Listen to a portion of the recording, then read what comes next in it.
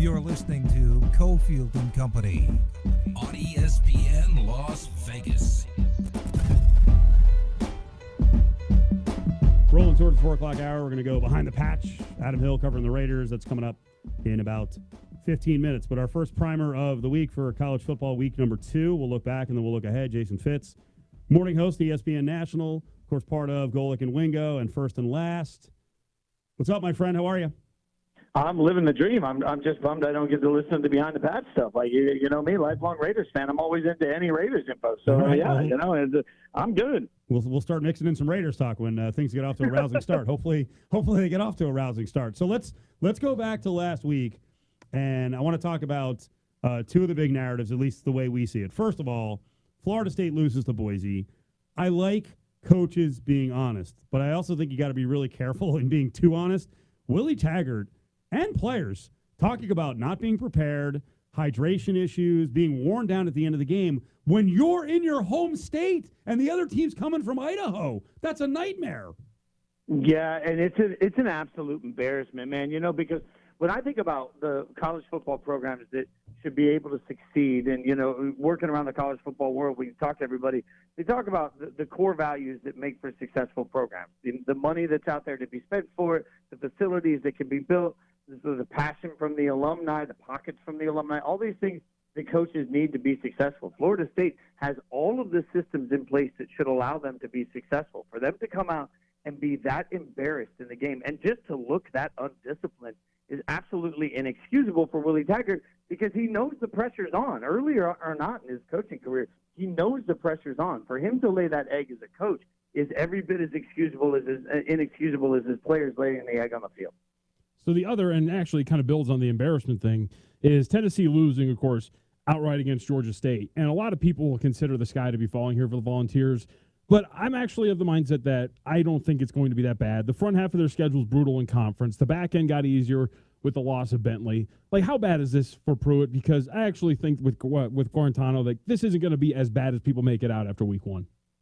Well, you're right about that. But I don't think at the end of the year, we're not going to look at this as a catastrophic, awful year for Tennessee, but the perception on this is awful. And you mentioned Guarantano, and that's one of the reasons why the perception is so bad. I mean, you're not talking about a kid that's never started, that doesn't know the moment, that doesn't understand the pressure. I mean, this is a Tennessee team that came in unrightfully cocky, if that makes any sense. It just that for them to be as beat up as they were at the end of the game, that's a part of it. Like, at some point, when you're playing a lesser opponent, I can understand that maybe you didn't game plan for them, maybe you didn't put as much work into it, but when you're playing a lesser opponent like they were, then at some point physical will just takes over. And that to me was the most surprising part because Tennessee they've had issues on both sides of the line, offensive and defensive line for the last couple of years. They haven't been able to figure out, but they have good athletes. Why, when you just spent over $1 million each on new coordinators and you have great athletes, did you not get a better performance? So it's an equally inexcusable loss, and it's a damage to the program. That being said, they do have great athletes, and they do have the ability to turn things around. But perception in Knoxville is tough on Jeremy Pruitt right now. Jason Fitz, our buddy on ESPN National, part of the morning team. I think talking Heisman this early in the season is a joke, but I'm just going to mention it from the betting angle. So, before the season, Trevor Lawrence, Tua, sitting down there. John, how high were they? About 250 each, right? Yeah, 250. 250 each. And, you know, I looked at Jalen Hurts, and I'm like, 10-1 on a great team. It's possible. 12 and then he goes out and puts up the numbers. He put up like over 500 yards. Does he have a shot? Yeah, he does. And, you know, I think he's got a shot for a couple of reasons. One, because, you know, the perception is what it is on Lincoln Riley, and it's only going to get louder as the year goes on. And that stuff, whether it should or shouldn't matter, I think does play into the mind of Heisman voters.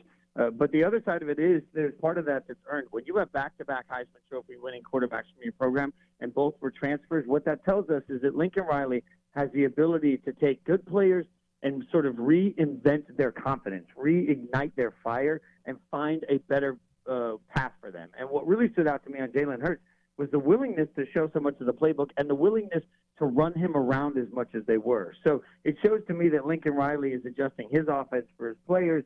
And when he does that, and as good as Jalen Hurts is, and frankly, as trash as Big 12 defenses historically always are, Hurts is going to keep putting up huge numbers. And if he puts up massive numbers and they end up in the college football playoff, which they will if they win their way out, then why not? I mean, absolutely. He ends up in the Heisman conversation at that point, because all it takes is that, and all of a sudden Jalen Hurts is a winner in everybody's mind again. On the betting front, week 2 and even a little bit week 3, you have to deal with overreactions. So I like to react and counter overreactions. So I'm gonna throw some what I think are overreactions your way. Is Cincy too short here against Ohio State? Listen, the Bearcats, nice win against UCLA. Ohio State, I think, took the foot off the gas pedal.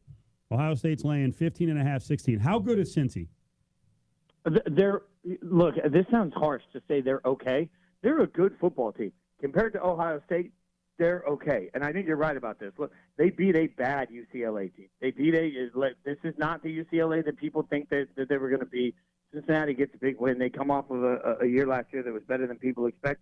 But Ohio State's going to thump them. And I think we're so desperate for something unexpected early in the college football season. We're trying to make it something it's not. Ohio State's going to crush them. John, you get any overreactions you've noticed so far? I'm curious your thoughts about Nebraska turning up an absolute offensive dud against South Alabama. They were a 36-point favorite in week 1 against South Alabama. They opened up a 6-point favorite on the road against Colorado. It's down to 3.5. What do you expect out of the Huskers? Yeah, and I was a little stunned, weren't you guys? I mean, there was a spot where we put so much love into Scott Frost and we put so much Heisman conversation into their quarterback situation. I expected something really spectacular. Didn't see it from Nebraska. I'm with you, though. I feel like in the world of overreaction, you sort of have to step back to what they thought they were going to be. Sorry, I can't even speak tonight. So I look at Nebraska to come out and have a statement against Colorado. Yeah. Your thoughts in general? Clemson, Texas A&M? Clemson's going to beat them because Clemson's just better than everybody. But this is a big moment, Jimbo. We want to make Texas A&M again. We want to make them great. But I think that we're at a spot, guys, where we have to start talking about Clemson. The gap between Clemson and Alabama is bigger in talent than the gap between Alabama and Georgia. Clemson is that stinking good this year. And they don't have many opportunities to really assert that and show that because their schedule, other than A&M, and then they've obviously got Syracuse coming up. Other than those two games, and it's pretty cakewalk for them. They're going to come out fired up because they want to make a statement about how good they are. Clemson's going to beat them bad. Let's go back to Tennessee.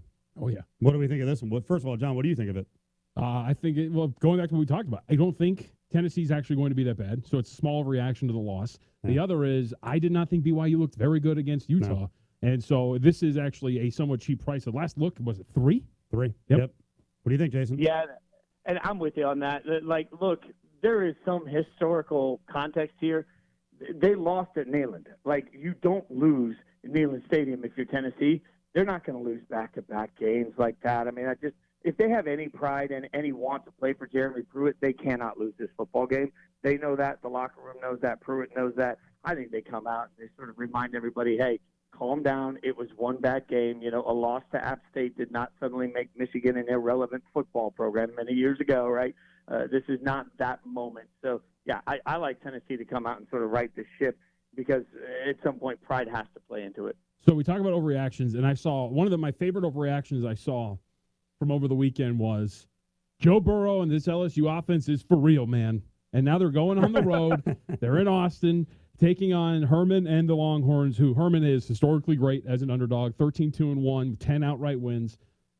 LSU is laying nearly a touchdown in this spot against the Longhorns. Is this an overreaction? Like, this is insane that we've gotten to this point, it seems like. I agree with you on that. Look, I think Texas is the better football team in some ways, but they're battling. I mean, when they lose their star running back, they've got nothing left at the running back position. Texas has nothing left at the running back position. I understand that. But I also think that it's a little far-fetched to come in and suddenly think that LSU is just going to come out and be the Saints. And that's what everybody – you bring over a coordinator suddenly, but you didn't bring over Drew Brees, right? So I think we need to calm that down a little bit. Home field's going to matter in this one. It's going to be a tight game. But I'm surprised that LSU is up by that much as a favorite. I personally think that the Texas will find it. I don't think they'll win the game, but they'll cover that. How does Oregon react to really blowing the game against Auburn? They're taking on Nevada, as the nation calls them. We call them Reno here, but Oregon's laying 24. Right. Yeah, and Oregon's, look, they're a great football team. that can't pull their head out of their butts when they need to in those big moments, right? And, they're going to come out and remind everybody that they're a great football team. It's unfortunate because, as I think we've said before, like everybody's going to check out on the Pac-12 now because Oregon lost to Auburn. And realistically, Oregon blew it against Auburn. They were the better team for the majority of the football game. I was impressed that physically they were able to handle it so much.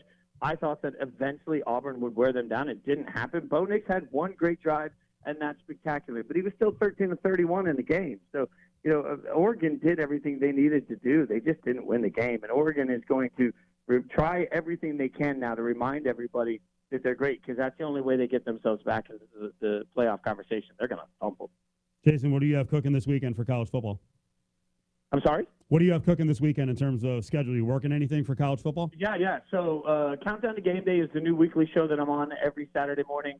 And that's me, Maria Taylor, and David Pollack from the side of Game Day every week. We'll be in Austin this week, obviously, for LSU, Texas. So at 8:30 a.m., you can check out the ESPN app and Twitter, YouTube.